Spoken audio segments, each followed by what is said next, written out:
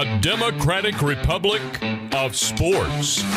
The Sportsocracy with ESPN Asheville hosts Tank Spencer and Jeremy Greene.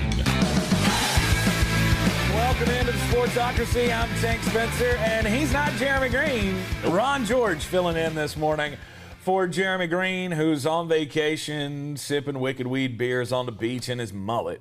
Yep. Oh. When my wife saw that picture of him, she went, nope, you're never doing anything like that. Stay away from the parks. I went, honey, I don't have the ability to do anything like that, so don't have to worry about that from me. But damn, I mean, he's fitting in well down in Savannah. Yeah. Heading down to the nether regions of the Redneck Riviera. Hope he's having a great time. Yeah, we absolutely. are chock full of stuff to talk about. We got March Madness. The bracket is set. So we'll give you some pointers, or at least, we'll try to give you some pointers. Maybe, bracket games are always fun for me. It's one of those things that I always have to do like 18 different brackets. There's always a team that comes out, like Loyola, that comes out and just takes over, and there's no way of really guessing it. Yeah, and you know what? I know I'm doing it wrong. Yeah. I know I'm doing it wrong. Every time I go through my brackets, and I go, well, there's no way they lose to that team. No. You know you're getting it wrong. Yeah. If you go chalk this year, you're going to get beat down in all of your bracket contests. Speaking of bracket contests, we will have ours ready and up and roaring, I'm hoping, today. Yeah. Jeremy's got a lot of things to work on while he's on vacation, but stay tuned to our social medias at the Sportsocracy on all of them. Be sure to like, share, and follow, and we will have the details out for you as soon as the bracket game is set. So we got that. We got Drew Brees retiring over the weekend. Aaron Jones got paid. Yep. Aaron Jones getting his $12 million a year for the Green Bay Packers. To me, that was a thing that had to happen. The Green Bay Packers had to make that decision, and I'm glad they got the deal done. For Aaron Rodgers' sake, I'm glad they got the deal done. Drew Brees, he retires. We'll talk about that. And of course, it's a historic day. It is. Because he is, as much as we're both Tampa Bay Buccaneer fans, and I think all Carolina Panther fans and all Atlanta Falcon fans will be with us and go, you know what, this division's not going to be the same without him. It ain't. It's just not. He is a hated rival, but he's one that we retired him. Well, I mean, we won't pile that dirt on right now. Okay. But I think it's one of those things that football is better when we have the greats of all time playing. Yeah. And this is just another one in the line of succession here that we've been seeing over the past few years and what we're going to see. I mean, eventually Tom Brady's going to be done. We saw Peyton Manning hang it up a few years back. It's just one of those things. Guys can't hang around forever. And Drew Brees was definitely one of the greatest of all time. But we got all kinds of NFL news going on that we'll get you up to date on throughout the program here. Be sure to hit like and subscribe. Haven't mentioned that yet. And also, we are live from the Wicked Weed studio, wickedweedbrewing.com. Drink different. I'm Tank Spencer, and he's Ron George. So last night, first off, with the bracket coming out, was there anybody that you were upset didn't get in the tournament? No, Duke's not in it, which makes me. Well, we knew that. I was know. coming. It just still makes me happy. Well, it should. It should bring a smile to everybody's face to know that Mike Krzyzewski's going to have to sit at home and watch the tournament. When was the last time they weren't in the tournament? 1995. Oh, my God. 1995 was the last time. I was 1 year old. I was a Lord. baby. A baby. Good Lord. I was in high school the last time. You had already graduated. Brian had already graduated high school. He's the old man of the group. It's been forever, and it's one of these things. You're eventually it's going to catch you. Mm-hmm. It's happened in North Carolina. I'm glad that it finally happened to Duke, so now we can say, ha, ha, ha, ha, ha. Remember all that shit you were talking a couple of years ago? How's it feel, fuckface?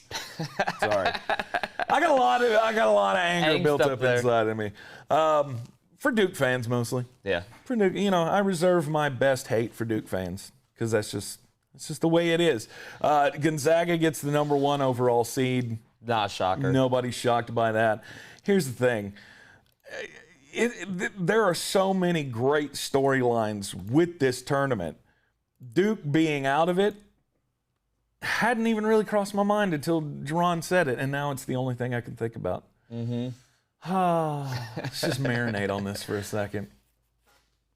Okay, I'm done marinating. Gonzaga gets the number 1 overall seed. You got Baylor, you got Michigan, you got Illinois. Of the 4 number 1 seeds, who's the most vulnerable? The most vulnerable? Yeah. I don't know. That's a tough one. Illinois. You think so? Illinois. They put up a game against Ohio State. Yeah, they did. Yeah, they did. But I don't want to bet against Gonzaga, Villanova, or Baylor. Yeah, they'd probably be in my bottom of the 4, and that's Michigan. Michigan's the other one, too. Oh, okay. Yeah, Illinois. Yeah. I'm going Michigan. I'm thinking Michigan is the weakest of the group. Yeah. It would not shock me if all 4 of those number 1s make it to the Final Four, though. And see, here's the thing. You know you're doing it wrong. I know it won't happen. You know you're doing it wrong. In a year of college basketball where nothing has been normal, everything has been weird. Yeah. Things have happened. I mean, for God's sakes, Georgia Tech won the ACC championship. First off, let's give them a round of applause. Josh Pastner and the Yellow Jackets win their first conference title since, 1995 or something. It's one of those things you didn't expect. I went into Saturday after, Florida State beat Carolina, and I went, this is done. Florida State's going to get their back-to-back title, and this is why you guys can't have nice things. They should have had a COVID test. That's what should have happened. Mr. Sensitivity. Results didn't come back yet. Yeah, Mr. Sensitivity, wishing the virus on him. Okay,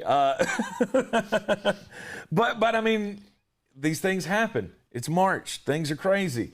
Georgetown running through the Big East tournament. Who saw that coming? Nobody. No one. Not even Patrick Ewing saw that coming. No. We thought the biggest news coming out of the Big East tournament was going to be the fact that Patrick Ewing can't go to the bathroom without getting his ID checked.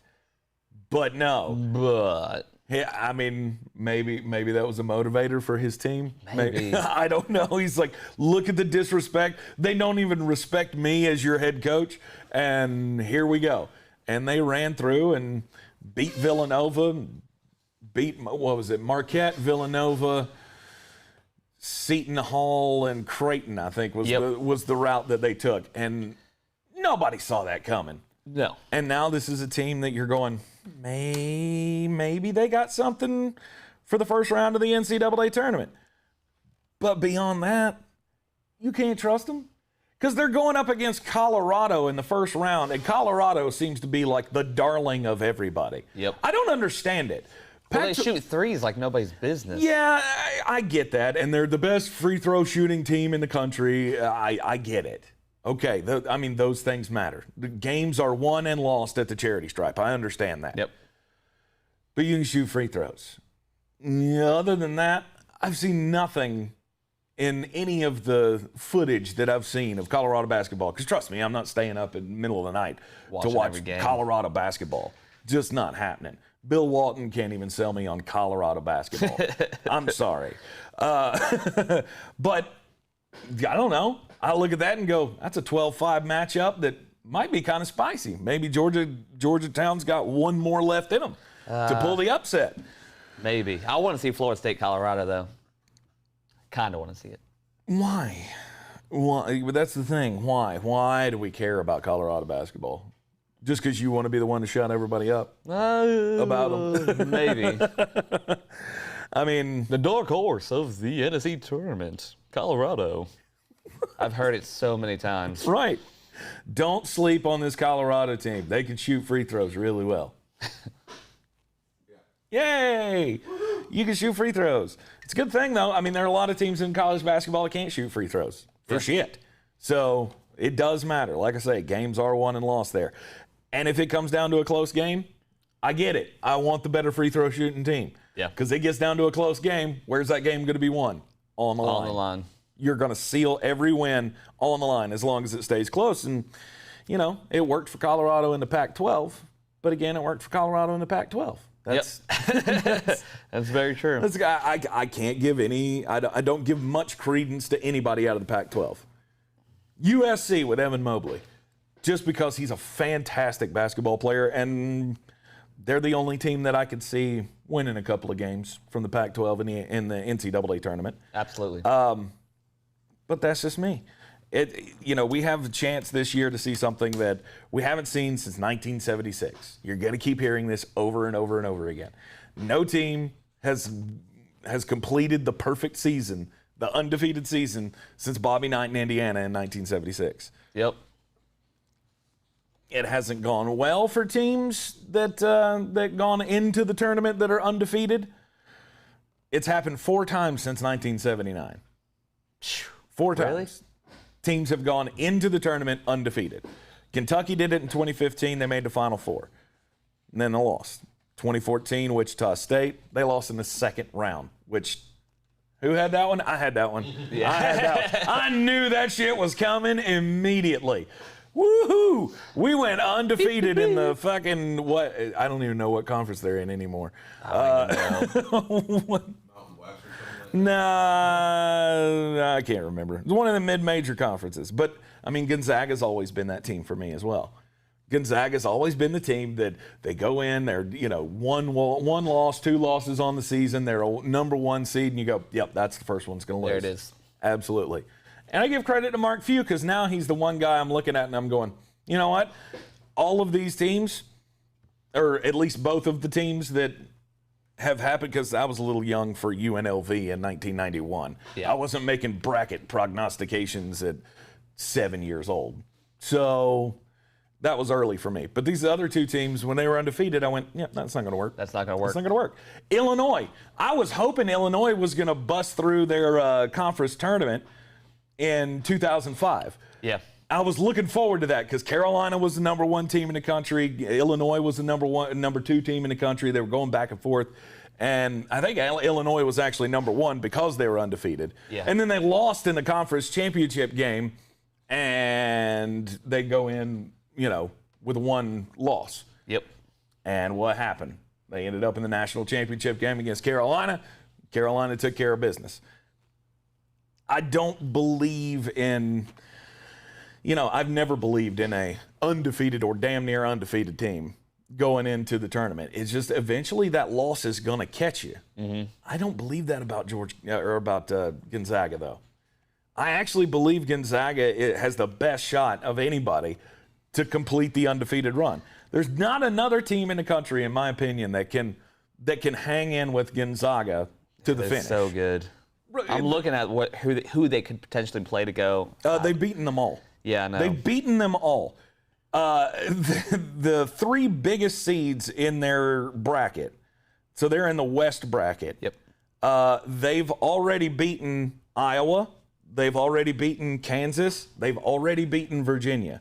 And pretty handily. Mm-hmm. All 3 of those by double digits. Now, granted, that was early in the season when these teams didn't have things figured out, but do you really look at these teams and go, yeah, they've got it all figured out? Iowa's the closest one. Iowa with Luka Garza and Joe Weiskamp, that's like that's one of the best, upperclassmen tandems in the country. Yep. Joe Weissman is going to keep them in ball game shooting. Luka Garza is going to get his 20 rebounds or his 20 points at least and 16 boards. He might go 20-20 in the tournament against lesser teams. But they already beat them by 11 earlier this year. They beat Kansas by 12. They beat Virginia by 21. They have no competition, in my opinion, in their bracket. If you don't have Gonzaga coming out of the West bracket, you did it wrong. Yeah. In a year where we're saying if you go chalk, you did it wrong, I don't see the path. It's almost a lock to say Iowa and Gonzaga will be the 2 to make it to the Final 8. Mm-hmm. I don't see how it's not. I agree. Yeah. Because, honestly, one of my favorite upset picks in the first round is Eastern Washington over Kansas. I don't know what the deal is with Kansas and Bill Self, but they're not their normal selves. Yeah. They have lost every big game they've been in this year, just about. Yep. It's just. And they just had that. We're out of the tournament for the COVID stuff. They're coming off of COVID. Yeah. They had to pull out of the Big 12 tournament because of COVID. Yep. Now, granted, nobody's going to be, have their powers zapped by the coronavirus or anything like that. But you lose your mojo. Exactly. Yeah. They were a hot team going in, going into the cutoff, and to have everything abruptly end like that and shut it down and go, okay, we got to focus on the tournament. Maybe it'll help them. Maybe that extra week. We always say, you never want to give great coaches the ability to prepare. Right. If you're going to catch them, you're going to catch them on a surprise or something. Yeah. You're not going to do that to Bill Self. No. But that is one of my favorite picks. Eastern Washington I like that. to upset Kansas, because we are going to have this happen. You are going to have teams lose. I just don't know that it's going to be any of the big ones. Because I can't wrap my head around Gonzaga losing, like I said, to anybody in their bracket. They've already beaten everybody. They got to play Virginia again. They already spanked them once earlier this season, and Virginia's not the greatest of teams. I mean, I get it. They're the defending national champions. Fuck if I have to hear that again. And you're going to until they lose. These are the defending national champions. Well, they would have lost in the first round of the tournament last year. Maybe not. I mean, maybe they would have won a couple. But they wouldn't have, they're not the defending national champions. We didn't have a tournament last year. I'm good with saying nobody's a defending national champion. Yeah. But Gonzaga coming out of the West, to me, I feel like, and here's the other one. Just because Jeremy has been so against Drake, he has gone out of his way to diss Drake every step of the way. Drake's going to make Sweet 16. Yeah. Because if they can get past USC and Evan Mobley, which is going to be ridiculous, it'll be one of those unexpected things. Maybe Evan Mobley scores 35 points. USC still loses. You said to the Elite Eight? If they still lose. No, Sweet 16. Okay, I was about to say, they're not beating Iowa. Because if they could pull that off, then they get Eastern Washington. Yeah, which they can beat. And these are the little honey holes that you have to look for. When you got two upsets, this is how these teams make the Sweet 16. And then they could beat Eastern Washington. Yeah. And then get trounced by Iowa. I don't know. It's just a path that kind of played out in my head. I kind of like it. Do you have a lock for your Elite Eight? For the Elite Eight? Oh, you're going to hate it. Am I? You're going to hate it a lot. And I think anybody listening is going to go, that's not going to happen. What do you have, UNC? I don't have any, in the original bracket that I did, I don't have anybody less than a 3 seed in the Elite Eight. And I know I'm doing it wrong. I know I'm doing it to myself. It's just hard when you look at these teams. Right, like how can you make these arguments? What do you have, Baylor, Ohio State, Gonzaga, Iowa? I have Gonzaga, Iowa, Baylor, Arkansas, Michigan, Alabama, and Illinois, Houston. It's all 1, 2, 1, 3 seeds. You're doing it wrong. I'm doing it wrong. Exactly. I'm doing it wrong. Because there's going to be somebody slip up in there. But there are little teams that I believe you can get a win. You can get 2 wins, maybe. But for the most part, I don't know. Like, so let's just look at some of the favorites. Okay. All right, so or some of the favorite Cinderellas of the tournament. UNC Greensboro. Let's start locally. Okay. UNC Greensboro matches up against Florida State. Does anybody feel good about that? Do you think UNC Greensboro? Isaiah Miller is incredible, but Scotty Barnes is probably going to take him to church. Mm-hmm. Dude's 6'8", an athletic freak. Isaiah Miller, I love him to death. He plays tenacious basketball. He is everywhere on the basketball court. Every big play in the Southern Conference tournament that happened for UNCG, Isaiah Miller did it somehow. Either he was the guy on the breakaway with the dunk, he forced the turnover to get the easy basket, whatever it is. Guy is a scrambler. He is a perfect senior level point guard in college basketball. I don't think it's going to matter. Florida State can out-talent them. I agree. All over the place. Plain and simple. Liberty. Some people like Liberty. I can't look at Liberty with a objective eye because they've been a rival in the Big South to UNC Asheville, who I've been doing games for 10 years now.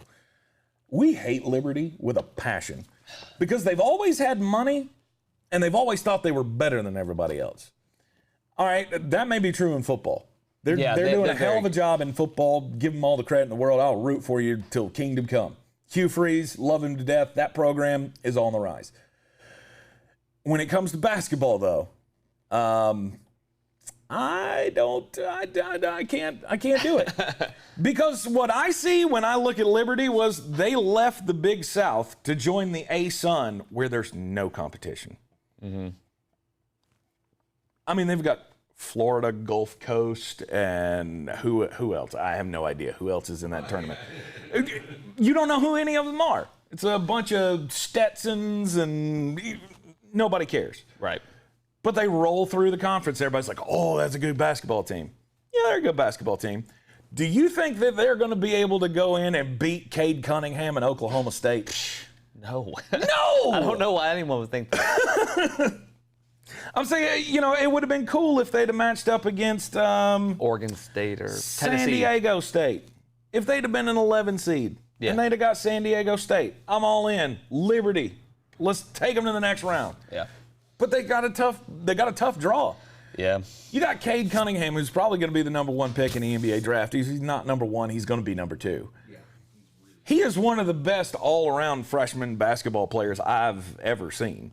Mm-hmm.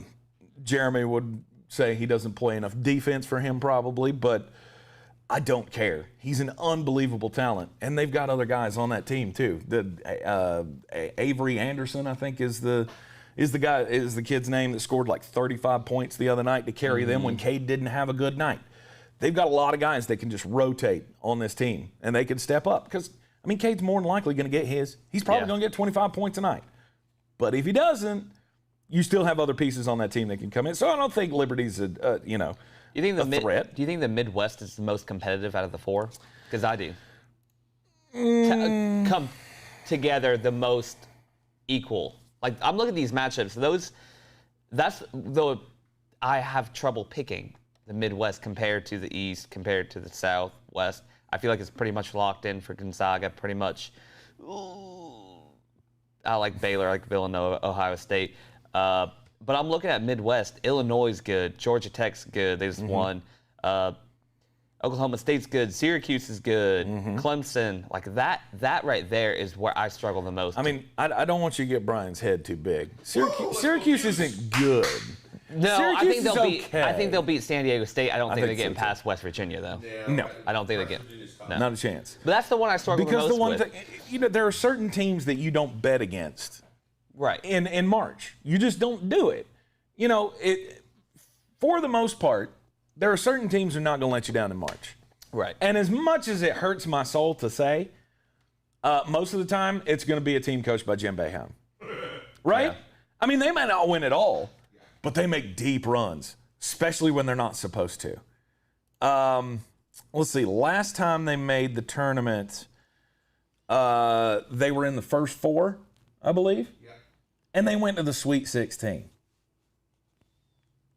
Do you remember when they were a 10 seed a few years back? I do. They went to the final fucking 4. Nobody thought that it was possible, but it's just that weird friggin' 2-3 zone shit that they do on defense, and if they're hitting their threes, they're unbelievable. And who's shooting a basketball in the country right now better than Buddy Boeheim? Yeah. Oh wait. Right. I'm sure he doesn't have the number 1 field goal percentage. Yeah. But I bet you he's close. In the last month of the season, I'll guarantee you Buddy Boeheim's in the top 5 in the country in shooting. Oh, absolutely. So that's a team that I'm not gonna root against. Plus, I've got Syracuse alum in my family. I can't. It's a law. You can't root against them in the tournament. Yeah. But them, and then there's Tom Izzo. Yeah. That's always the thing. Which, first round exits are not common for Tom Izzo coach teams. A few years ago, they got upset by, who was it, Norfolk? Yeah. I think it was Norfolk State, upset them as a 14 seed, 15 seed, something like that. Mm-hmm. Anywho, they're going to lose in the first 4. Yeah. Do you think that's possible? Because this is the greatest first 4 matchup we've ever had. I agree. They like to say that they don't do this, but you'll never convince me that they don't look at the TV ratings and they don't make these decisions on, you know what, that's an excellent matchup. How are we going to get people invested in this tournament? Because it's so weird, and the first day, we're doing all the first 4 games on Thursday. How do we get people tuned in? How do we get people excited about the tournament to come? That'll do it. You give them a matchup of Michigan State and UCLA at the end of the night on the first 4, we're not going to watch the 16 games. Nobody watches that shit. No one cares. I mean, unless the only time I've ever watched those games is when UNC Asheville's in them. Yeah. And that happened a couple of times in the Eddie Biedenbach years. But other than that, or your nobody gambler. Right. Like Appalachian State fans, you got something to root for on Thursday. Kinda. I mean, but hey, it is a big deal for little programs to be able to say, we got to win in the NCAA tournament, because technically that counts. Yeah. Then you're going to get smoked by Gonzaga in the first round. But I hope the Mountaineers are able to pull it off. I would. Don't they play them in the first round, Appalachian State? Yeah, Appalachian State plays Norfolk State in the first 4. Oh, that's right. So they got a chance to win a game on Thursday then get demolished on Saturday. I forgot those little. Yeah, the little play-in games. But nobody's going to watch that. No. But then you give me 11 seeds and you're throwing out Michigan State and UCLA. Which is a good one. Let alone, this would be, I think this is, no, maybe not. I was going to say this might be one of those special tournaments at the preseason because they're such historic programs that you would throw them together. I was trying to think that they were in that Las Vegas thing with Carolina and Kentucky, but it's Kansas that's in that. Yeah. That rotates every year. But Michigan State could absolutely be in that group. Yeah. So, brought to you by how much of a stain would it be on Michigan State? By Rocket Mortgage. Right, the Michigan State Spartans, presented by Rocket Mortgage, could go out in the first round, or the first 4. I know technically they call that the first round. I love that. Members of the media are revolting against this whole first round, second round thing. The bigger write-up on ESPN, one of the prognostication articles on ESPN was like, I'm gonna refer to everything as the first round is the field of 64, because nobody gives a shit about the first 4. No. Because technically that's supposed to be the second round now, because we need to be inclusive of the first 4 teams. Oh my God. No. They're playing games. They shouldn't even really be technically part of the tournament, in my opinion. Because then you end up with things like stupid stats like, at one point it was in the last 10 years, UNC Asheville had won 2 games in the NCAA tournament and Illinois had not. Well, that's deceiving. Yeah. Because these guys ended up playing Texas, Southwestern Alabama State. Yeah. And ended up winning 2 games in the NCAA tournament. It doesn't really count all that much. As far as other Cinderellas, I just think all the sexy ones got really bad matchups. Yep. Winthrop is another one. Yep. Winthrop's got to go up against Villanova. That's going to be a hard game for them to win. And Jay Wright is a very, very good basketball coach. I agree. Pat Kelsey is a great coach as well. And, Winthrop coming out of the Big South, they've got, senior-laden team. I like that. But they don't have any dynamic scorers. They've got the player of the year in the Big South. But that guy, the reason he I can't remember, Chandler Valdrin, I think is his name. And the only reason he was a player of the year was because he averages a triple-double every night. Yep. Because the guy scores 12 points, 10 rebounds, 10 assists. Every night, pretty much. There's nothing really that screams off the page about Winthrop other than, solid mid-major play. Yay! Breaking news. Breaking news? Jeremy has put up the tournament challenge group. Oh, okay. The password is Mullet Magic. Okay, so Jeremy has put up the bracket group, and the password is Mullet Magic. Yeah, I believe it's on ESPN is what he was saying before.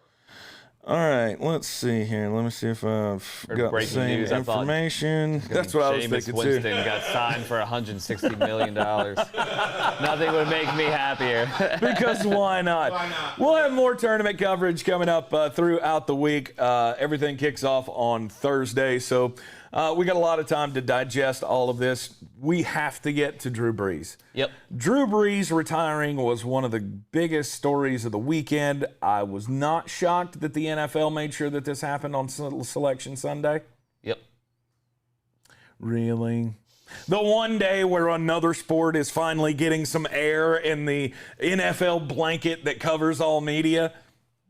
Yeah. Don't tell me that wasn't planned out. Anyway, Drew Brees making his decision to call it quits. You can't blame. He had a historic career. He was top 5 in just about every friggin' category for a quarterback. Looking back on his career, he's a guy that goes. You might have wanted to win another Super Bowl, maybe a couple of MVPs. You got snubbed a couple of years. Only because you were competing with guys like Aaron Rodgers for the award, Peyton Manning, Tom Brady. How easy is it to win an MVP as a quarterback in this league when you're competing against those guys? Yeah, he might have got snubbed a couple of years, but we all recognize it. Yeah. I mean, it's the first thing I thought of was when you look at his accolades, he's got nothing. There's nothing that is wanting about this career. It's the story that you never thought would be. Yeah. The little short guy from Purdue ends up going to the Chargers, blowing out his elbow or blowing out his shoulder, has reconstructed, or was it his elbow? I think it was his elbow. Either one. I don't remember. I just remember seeing his arm all crumpled up. Yeah. Anyway, he goes to New Orleans and has one of the most historic careers in NFL history. He's an underdog that wait. Where's it at? Nope. Here. Underdog. Jeremy loves an underdog. I love Drew Brees. Drew Brees is a fantastic quarterback. He's one of those guys that you always hated to face. Now we don't have to. Yeah, now we don't have to. Thank God. Now we get to go against Taysom Hill. Jameis Winston. Oh, no. Taysom Hill. Taysom Hill. Is it, though? Is it Taysom Hill? I'm not sold on that yet. We'll get into that in a second. But if you had to pick, what's your favorite memory? What's the thing you're going to remember Drew Brees most for? The Super Bowl was his happiest moment after the New Orleans thing. Absolutely incredible. Right. Put that city on his back. Unfortunately, when I think of Drew Brees, I think of a lot of moments like the Minnesota Vikings miracle, the Rams. I feel like he got snubbed a lot, which is unfortunate. Those are the first things that just popped to my head. But that New Orleans Super Bowl was probably one of the most magical Super Bowl wins, period, in history. Right. I think that's what he'll be remembered for mostly. See, the thing I remember most about that game, though, is that they had the balls to kick an onside kick at halftime. Yeah. Like, who does that? Only Sean Payton would do something like that. Drew had a good game. He was the MVP of the Super Bowl, but to me, that was the most memorable part of that Super Bowl. I think I'll just remember most the chasing of the records. These last few years. That last one it's been in every, since like 2012, it's been an every year thing of following some record that Drew Brees is chasing. Mm-hmm. Whether it be the 46 game touchdown streak that he had. He beat Johnny Unitas' record of throwing a touchdown in like 46, 48 straight games, something like that. That was the year where he was chasing the the season record Yep. for touchdowns and passing. Then the back and forth between him and Tom, who's at the top of the yardage meter. It's been fantastic over the last few years. And he's a guy that I feel like he has left everything on the field, and he has become a god in New Orleans in one of the greatest ways. And it's not just what he does on the football field. It's What he does all in the encompassing. city, yeah. Right. It's everything that he did to help that community raise money and rebuild from Hurricane Katrina. Even in and give that city hope. Even in his retirement, he said, "I'm retiring from football. I'm not retiring from New Orleans." It's always been about New Orleans. Right. And so, he's a guy who absolutely deserves to take some time, be away, be with his kids, go wrestle some alligators, whatever. He's already signed a Have you seen that yet? No. Have you seen the Bear Grylls episode where he kills the alligator? Oh, no. Oh. Drew Brees, he's a tough son of a bitch. Yeah. Now I get it, He jumped on the back of an alligator and stabbed it in the back of the neck. Really? Oh, yeah. Because it's a whole celebrity thing. Like, you go out in the woods with Bear Grylls, and he teaches you how to survive, but he makes you do it. Oh. He's like, I could kill this alligator, but I want you to do it. And Drew went, fuck yeah, let's kill some gators. He was all about it. And I will always remember that. I will always remember that he did that in the off season and didn't tell anybody. They found out about it when the episode was coming out. That's awesome. And then, Tom Benson or whoever owns the team had to have a conversation with him like, you didn't think about running that by us first? And he's like, you would have said no. I'm 41 years old. I've done everything in this business I could possibly do. Why not wrestle If I want to wrestle an alligator, I'm going to go wrestle an alligator. And, I give him credit for making us all hang on for a while and wonder. Yep. The suspense was magnificent on whether or not he was going to come back for another year, but I'm glad all in all he didn't. I know. Because he's one of those guys that I feel like if he would have, I'm not going to say damaged his legacy, but we would all remember if he came back for one more year and the rest of the entire 2021 season went like the last 5 weeks of his 2020 season went. Yeah. We'd all be like, "Oh, don't do that." It's a good day, though. I can remember. So, as a Buccaneer fan, Panther fans are obnoxious. But Saints fans have always been so much more annoying. I went to a football game 3 years ago. Jameis Winston was playing, and it was against the Saints. The whole crowd was 75% Saints fans, and after we won, they were singing "Who Dey, Who Dey, Who Dey Can Beat Them Saints" all the way back to the car. One of the most miserable days of my life. But now he's gone. He's done. He's out the door. You got Jameis Winston back. Oh, it makes me so happy because now those my Saints fans don't talk to me anymore. No, and they won't. They won't. They won't for a couple of years. About 5 years. No, 2. You give them 2 years, and then the way that we've done this, kicking the can down the road with all the contracts and stuff, we got 2 years. Saints will be relevant 2 years for of 5 this. though. That's what I'm saying. Yeah. Well, but what's your gauge of relevant? You think they're still going to be 10-6? And 5 for the next 5 years, I don't see them being 500. They just have too much, and they're still kicking the can down the road. Yeah. Oh, I don't know how. They're still doing that. The Taysom Hill thing. We need to discuss this, and this is, here I go one day without Jeremy Greene. I'm already wishing he was back. But I really wish he was here to help me explain how this Taysom Hill thing works, because I've read 4 articles on it, and I still don't really understand it. Basically, to me, the gist is teams can say they're signing anybody for anything, and as long as there's voidable years in that contract, they can. It doesn't mean anything. Because the news came out yesterday after the Drew Brees thing that they had signed Taysom Hill, or maybe it came out right before, that they had signed Taysom Hill to a 4-year contract extension for $140 million. And then immediately the first thing you read about it is all those years are voidable and none of that money matters. Then what the fuck is the point of saying we've signed him for $140 million.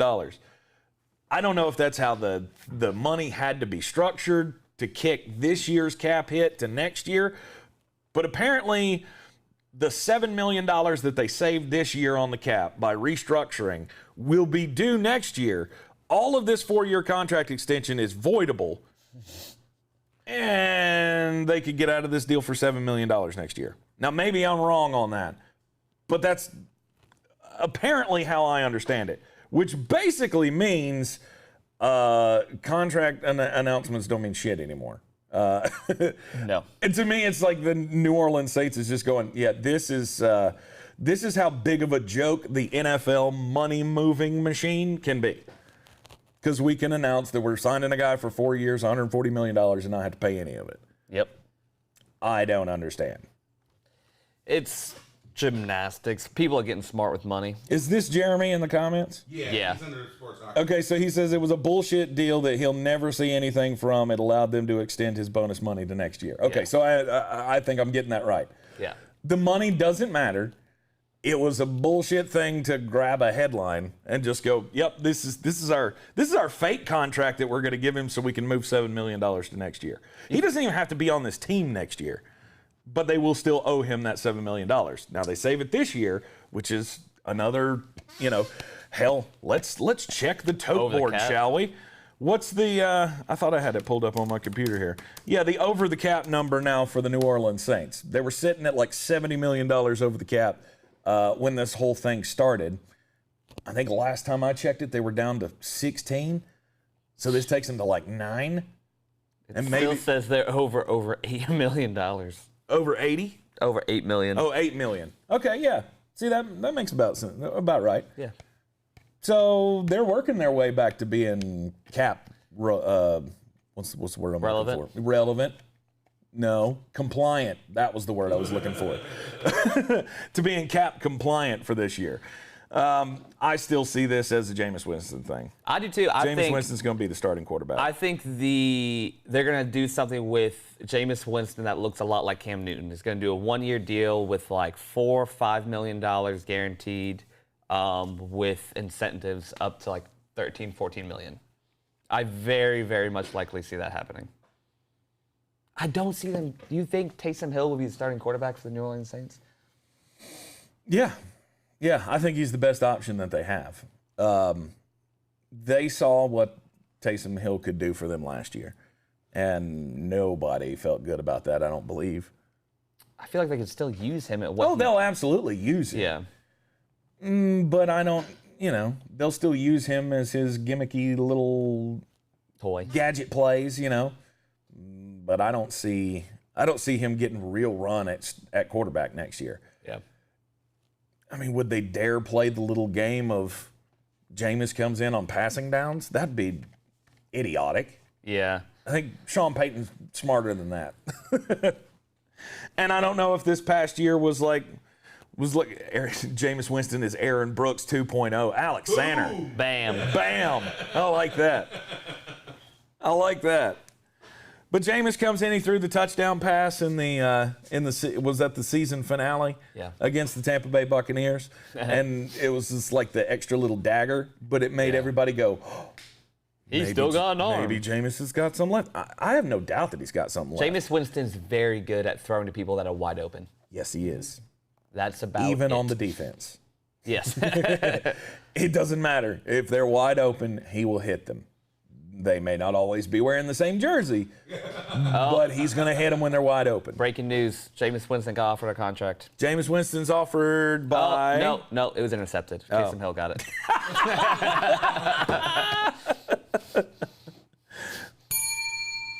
Good for you. I think Jameis is the starter here. And Ron said something to me this morning, and I don't know that he's wrong. So Drew Brees announced his retirement yesterday. But is Aaron Jones re-signing with the Green Bay Packers not the bigger story here? I mean, we all knew Drew Brees was going to retire. We knew this was coming. Aaron Rodgers going back to the Green Bay Packers that matters big time. Yep. And, I mean, They'll figure out the cap money, however that works. They'll draft him a wide receiver. God damn, you better draft him a wide receiver. But Aaron Rodgers is the happiest guy on the planet yesterday. Yep. When he found out Aaron Jones is coming back and he's not going to be stuck next year with fat Jamal Williams and fat A.J. Dillon. There, Jeremy, I said it for you. You feel better? It's the best landing spot for the Packers. I don't know necessarily for Aaron Jones. Do you think they overpaid $12 million a year? I think I don't like paying running backs that much money at all anyway. Yeah. So, I think it's too much money. Good for Aaron Jones. Absolutely. I don't think he won't be with Aaron Rodgers next year, so I don't think it's going to matter too much. I think he would have been better off somewhere else, but it'll be a good year this year for him. To me, it was the perfect contract. I mean, you're paying $12 million a year. I get it.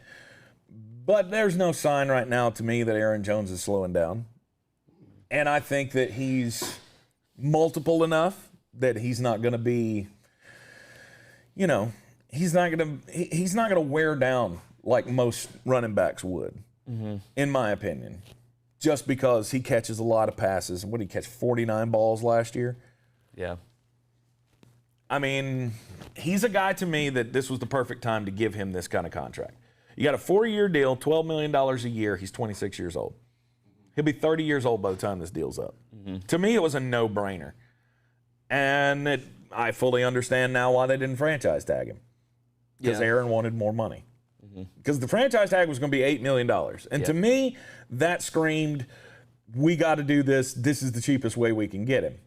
To me, this says Aaron Jones wanted 12, and the Green Bay Packers went, okay, we'll give it to you. We want you in town. We want to keep you happy. Aaron's pissed, and and we need to make sure to satiate him.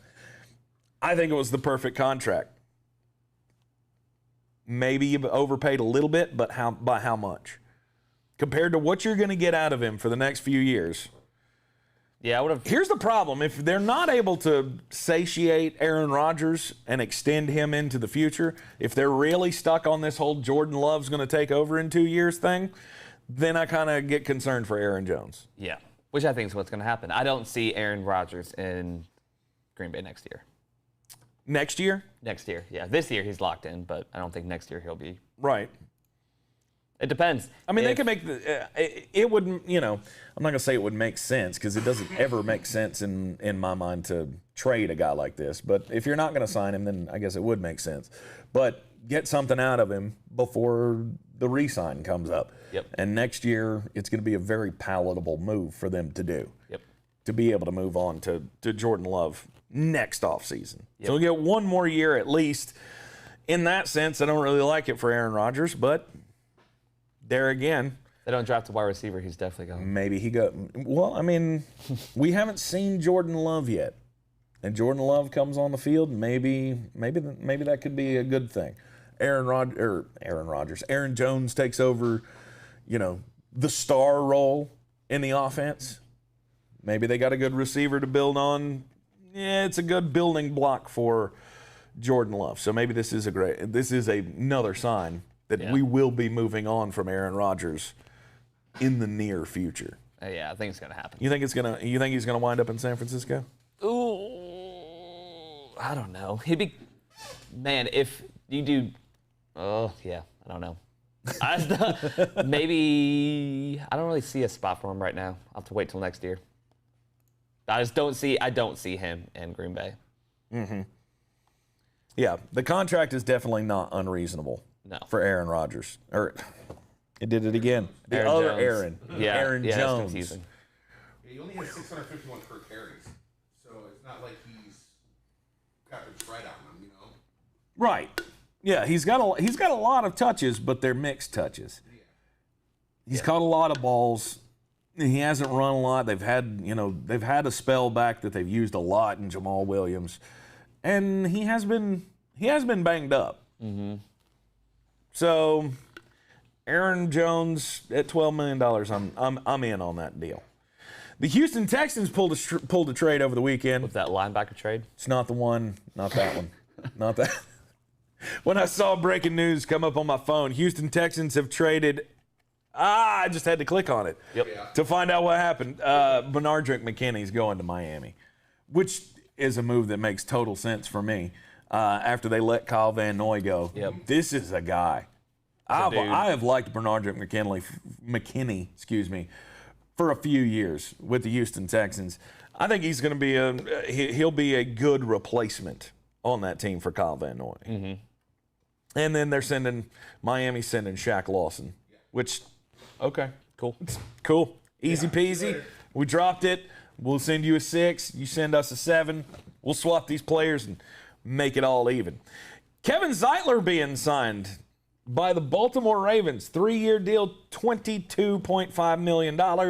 So the former Giants guard going to the Baltimore Ravens to help shore up that spot that was vacated by the retirement of Marshall Yonda last year. 3 years, $22 million deal. I feel like it's pretty even money. Yeah, good move. Well-earned money anyway. Mm-hmm. And to me, it fills a need for Baltimore. The only thing I don't understand is how they get this deal done so fast. It was quick. The legal tampering window hasn't even opened yet. I know. When does it open up? Wednesday? Believe so.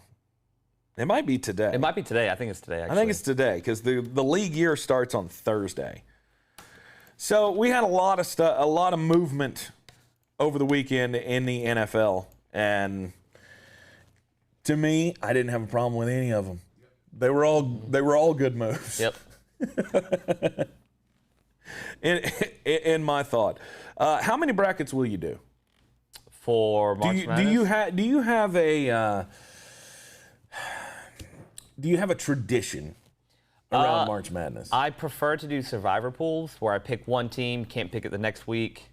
Okay. Next game, pick one team. You can't use the same team twice. I like that better because having a bracket be successful is next to impossible. It's hard to do. Yeah. So I'll do a bracket here and there. I won't throw any money at it. Mm-hmm. I do survivor pools with money. That's typically what I do. I'll do a bracket just for fun and be like, oh, look, I got 30 of them right. Yeah. 30% of them right. Right. I don't know. Do you do actual brackets? I do. I love the bracket games, but here's the thing: it's kind of like playing fantasy baseball. I can't play fantasy baseball. Mm-mm. Like, I love baseball, and I will watch baseball, and I will get into the season. But if my team sucks, like last year, I don't know. I'm not really following it. And even when they're good, even when I'm locked into the baseball season, I just can't Fantasy keep baseball, up you have with to it. watch it every day. Every day. Right, it's an everyday Every day. thing. But to me, doing the brackets is a lot like doing fantasy baseball. It's all about the preparation. Yep. I don't really need the payoff. The fun part for me is today and tomorrow and Wednesday. Just filling out all the brackets, seeing how many crazy combinations I could come up with, and then go, yeah, I think that one's going to be good. Mm-hmm. And I'm usually wrong because I'm not very good at at guessing the big ones. Like I said, my first initial reaction, I went through and I ended up with no lower than a 3 seed in the Elite 8. Yeah. And Jeremy Greene just heard me say that and went, Wrong. no, nope, that's not the way to do it.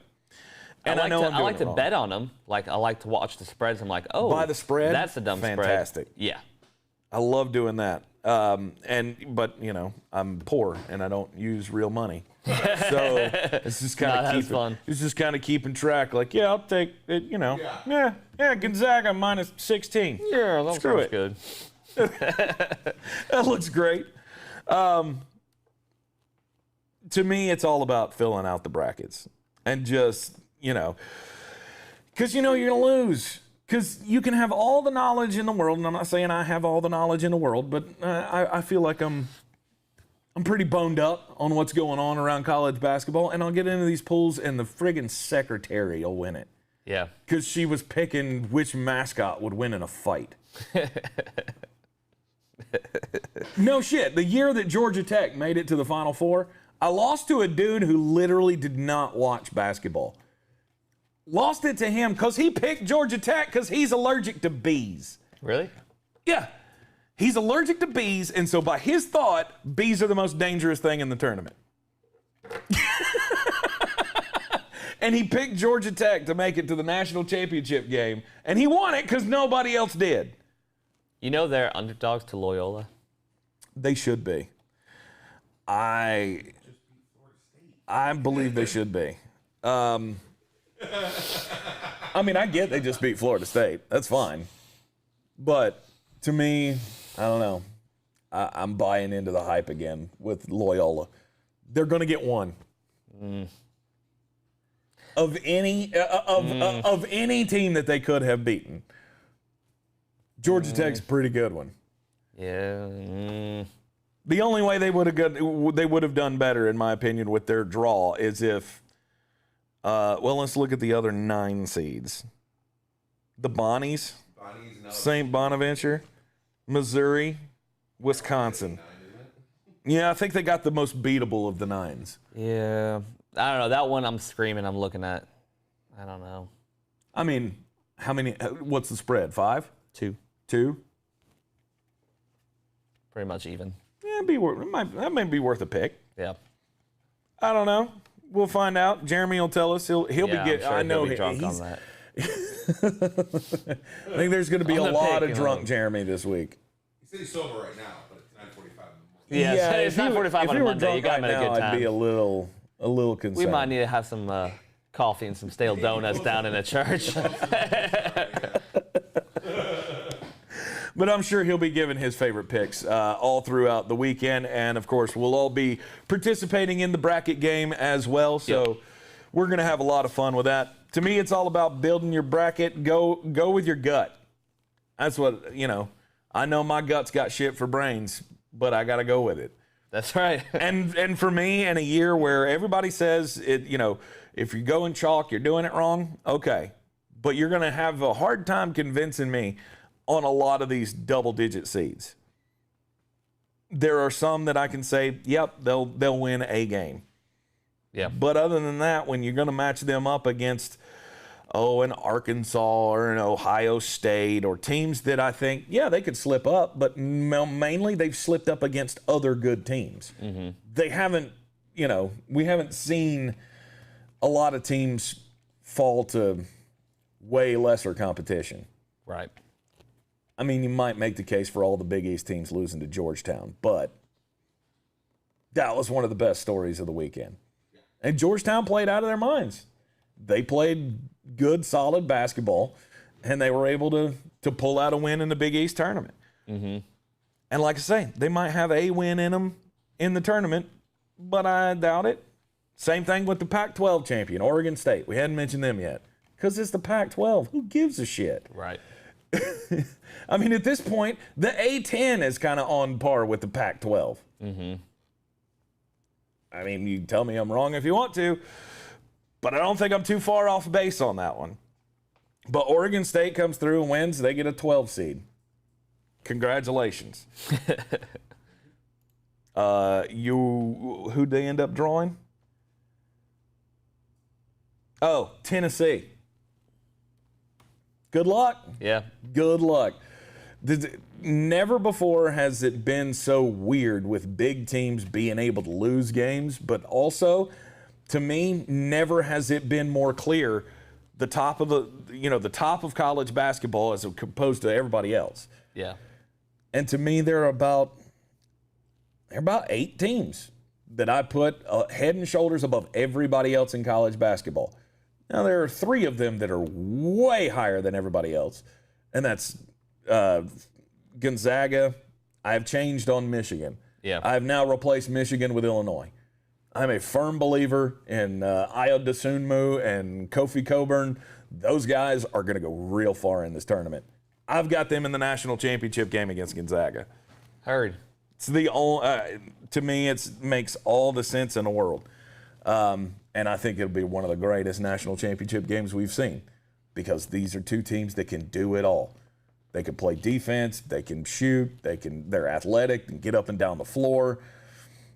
I see those 2 teams and Baylor as foregone conclusions. And Baylor, Illinois is going to be one of the best Final Four matchups we've ever seen. Yeah. That's just the thing is I've got all these teams that are up there at the top, and I don't see any of these other, these little upstart programs making any real noise. Who do I like is there anyone you like that's not lower than a 5 seed? I like Villanova at 5. That's one I could see upsetting Baylor. Yeah.